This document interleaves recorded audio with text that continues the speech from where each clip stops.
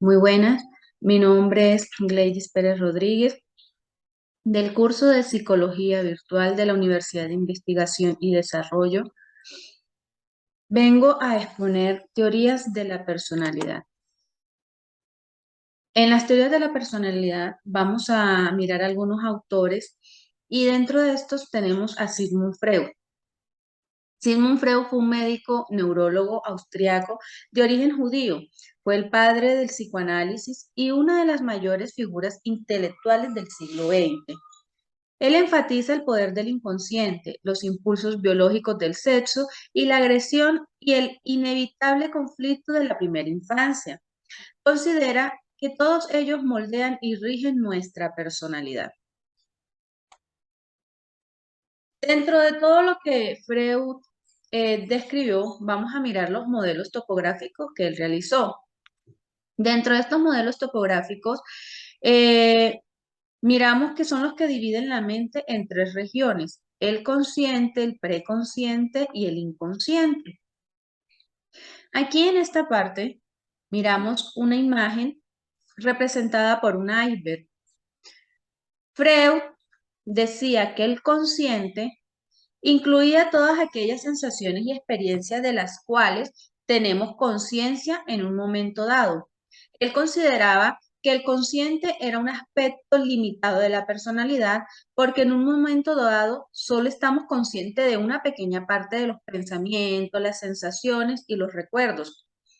Equiparó la mente con un iceberg porque el consciente es la parte que asoma sobre el agua, tan solo una punta del iceberg.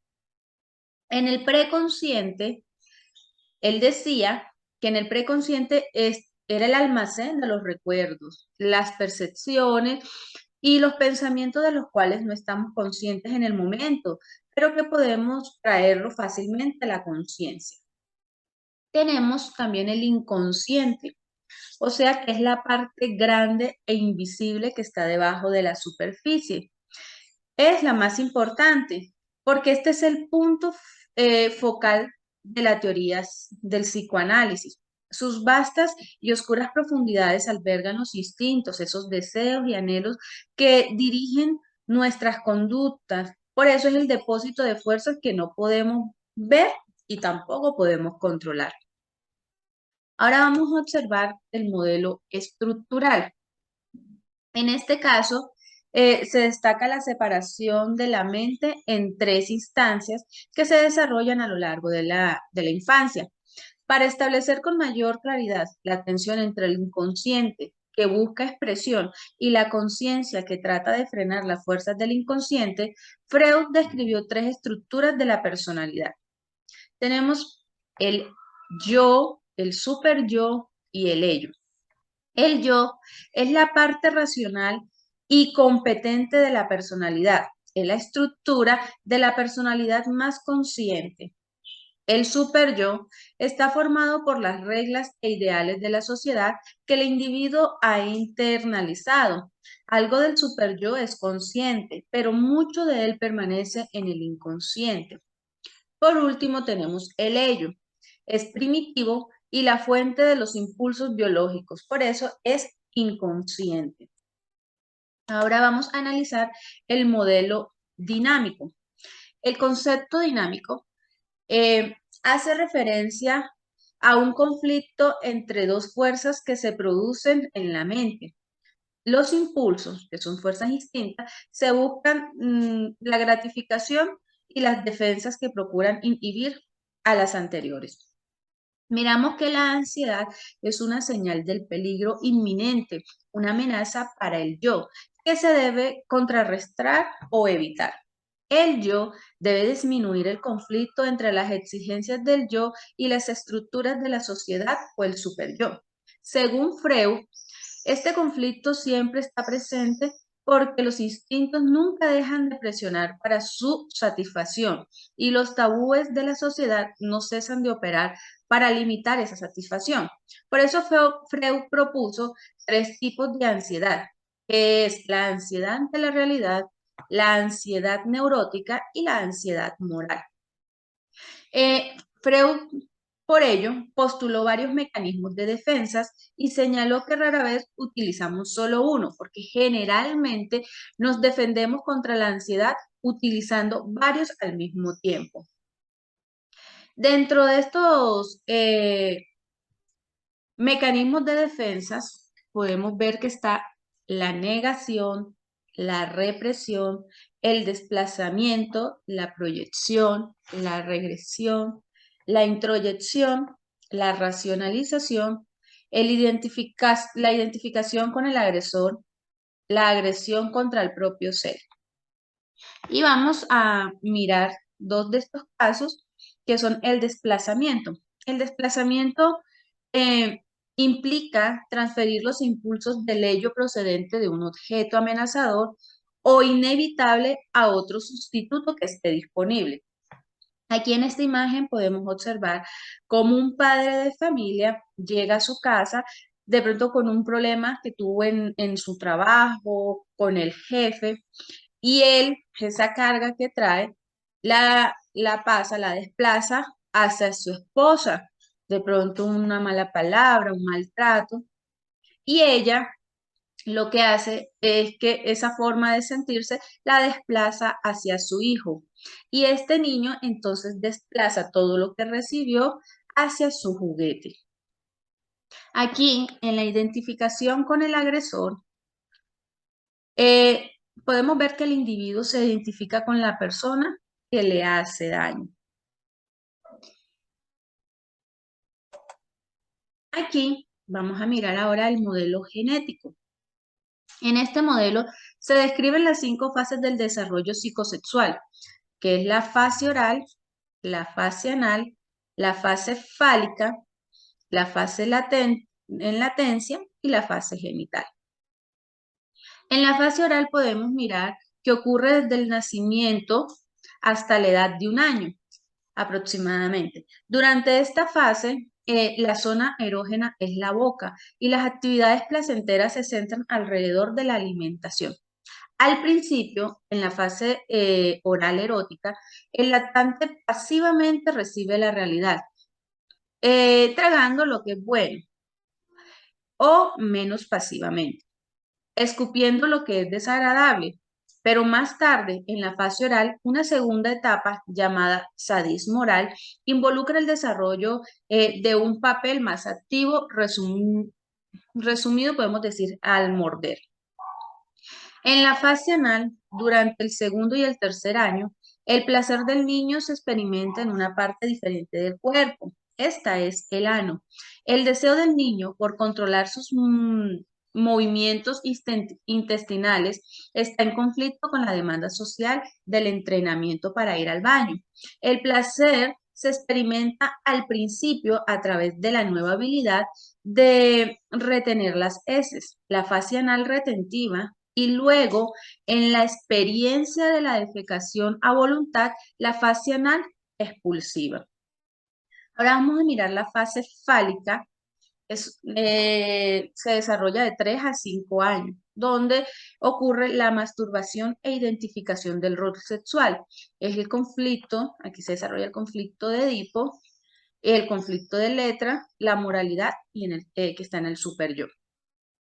En la fase de latencia, que es de los 5 años a la pubertad, la niñez media es un periodo de relativa calma de los impulsos sexuales. Así que el modelo de Freud sobre la tensión libidinal dice poco acerca de esta fase, pero sin embargo es un periodo importante del desarrollo de acuerdo con otras teorías.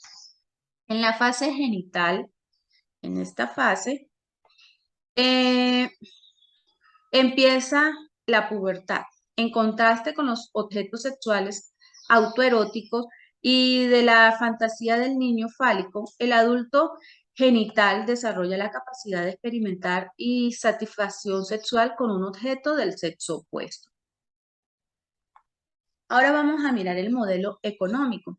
El principal concepto fue lo que Freud denominó pulsión, entendido como un impulso que permite que la persona busque un fin determinado. Por ello, de manera general, los divide en dos.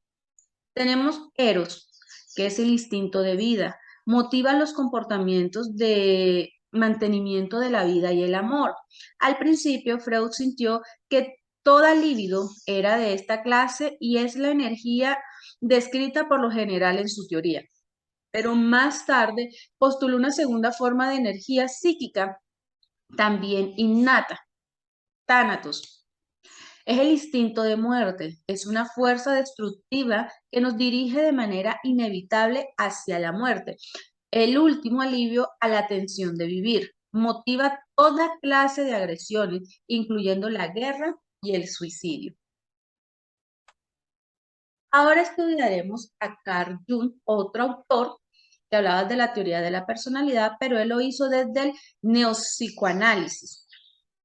Carl Jung fue un médico psiquiatra, psicólogo y ensayista suizo.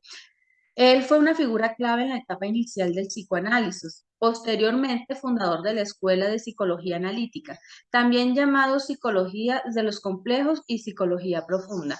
En esta teoría, toda la personalidad o psique consta de varios sistemas o estructuras que interactúan. Lo más importante son el yo, el inconsciente personal y el inconsciente colectivo. Aquí examinamos que según Jung, el yo es el aspecto consciente de la personalidad. En el inconsciente personal es el depósito del material que alguna vez fue consciente, pero que ha sido olvidado o suprimido. En esto encontramos que el complejo, según Jung, es el núcleo o patrón de emociones, recuerdos, percepciones y deseos dentro del inconsciente personal, ordenados en torno a un tema común, por ejemplo, el poder o el estatus. En el inconsciente colectivo, el nivel más profundo de la psique, donde se van acumulando las experiencias heredadas de la especie humana y la prehumana, encontramos los arquetipos.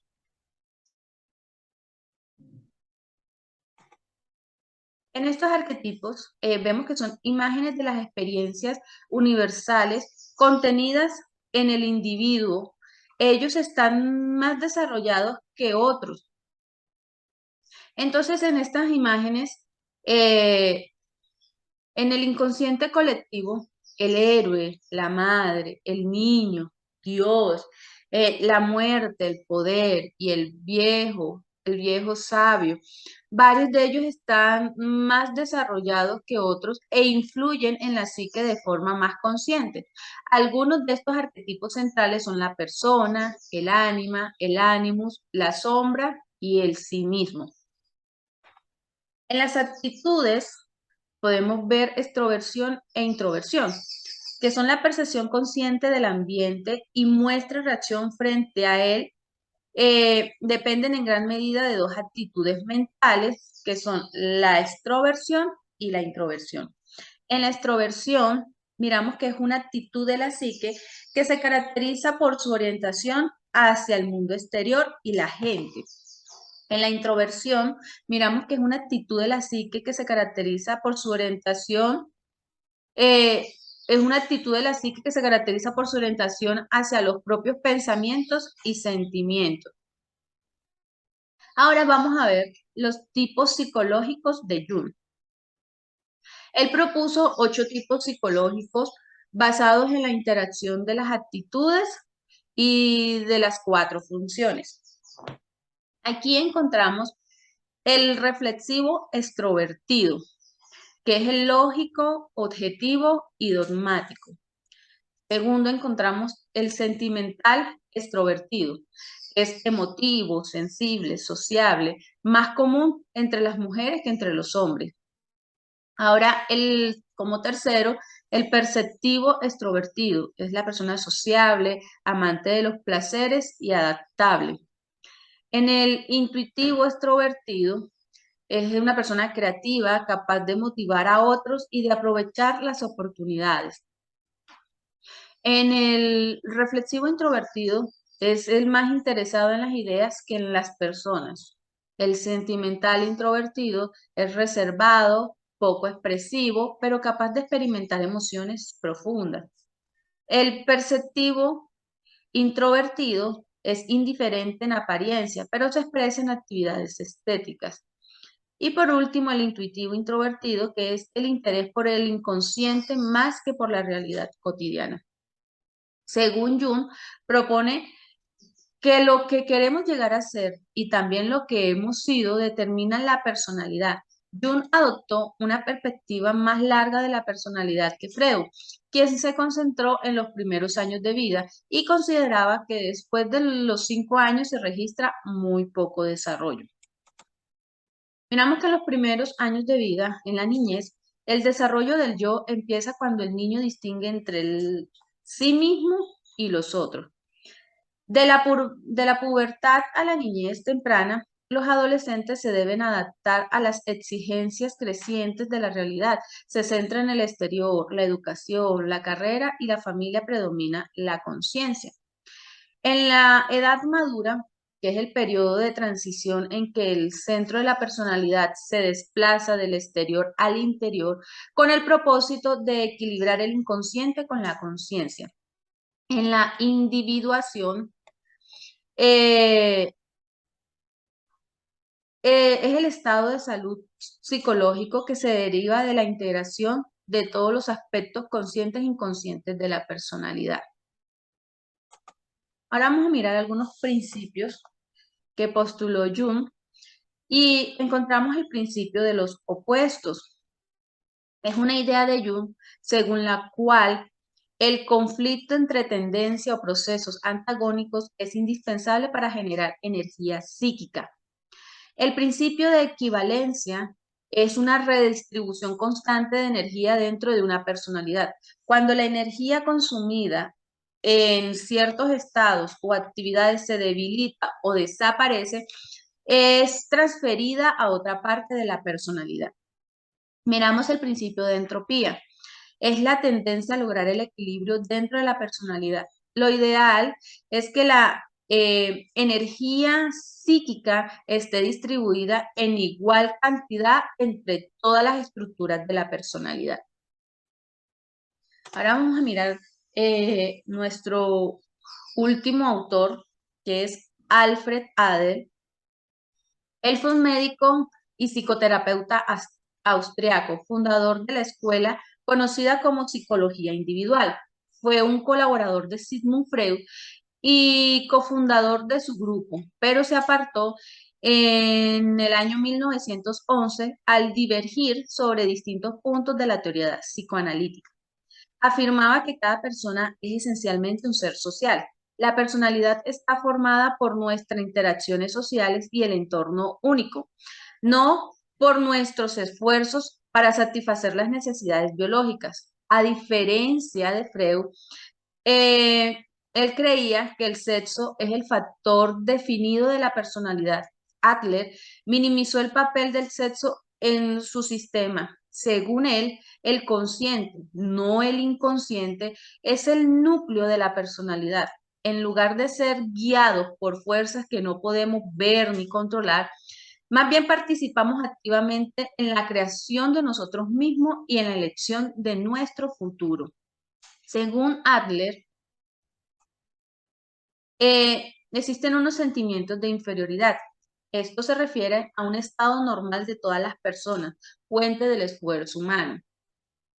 La compensación es la motivación para superar la inferioridad, para luchar por niveles más altos de desarrollo.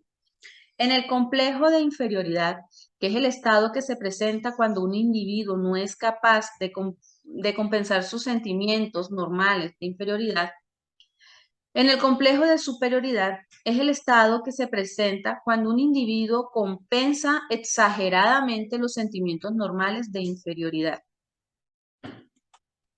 Miramos que en el estilo de vida, que es la estructura singular del carácter o patrón de las conductas y de las características personales con la cual cada quien busca la perfección, los estilos básicos de vida son el tipo dominante, el tipo inclinado a recibir, el tipo evasivo y el tipo socialmente útil.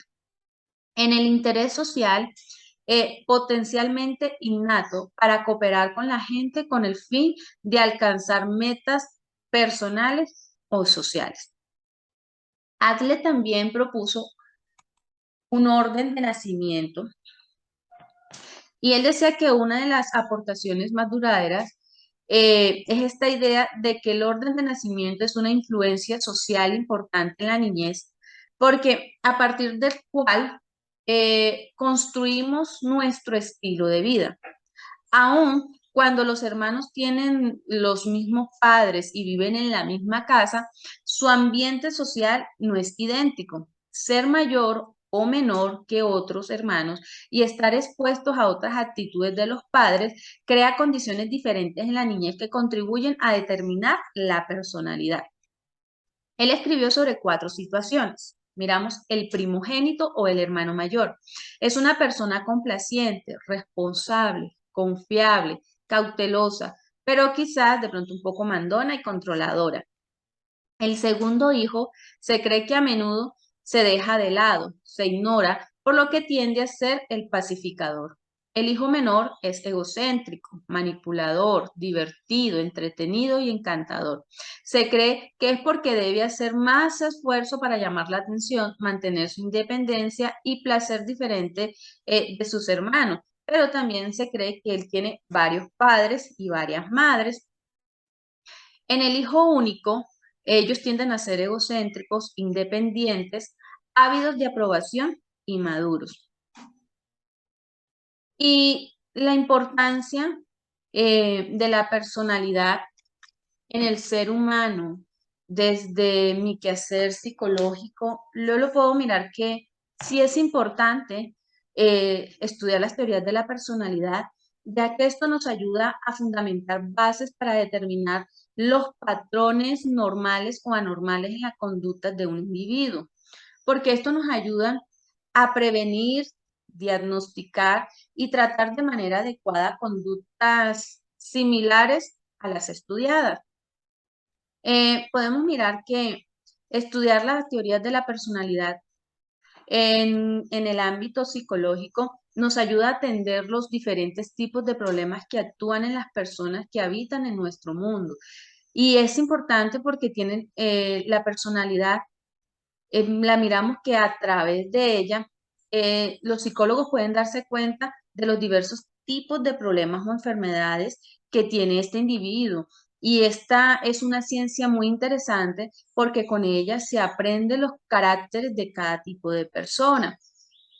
Miramos que esta nos ayuda a identificar las características externas y visibles que otros pueden ver y en la impresión que le damos a los demás. En la personalidad de un individuo se encuentran las características que se deben tomar en cuenta en una organización, tales como los pensamientos, las actitudes, los hábitos y conductas. Por ello, cada individuo tiene su propia forma de ser, su manera de pensar, de conducirse, hábitos y sentimientos, y esto es lo que nos caracteriza a cada uno de los seres humanos. Muchas gracias.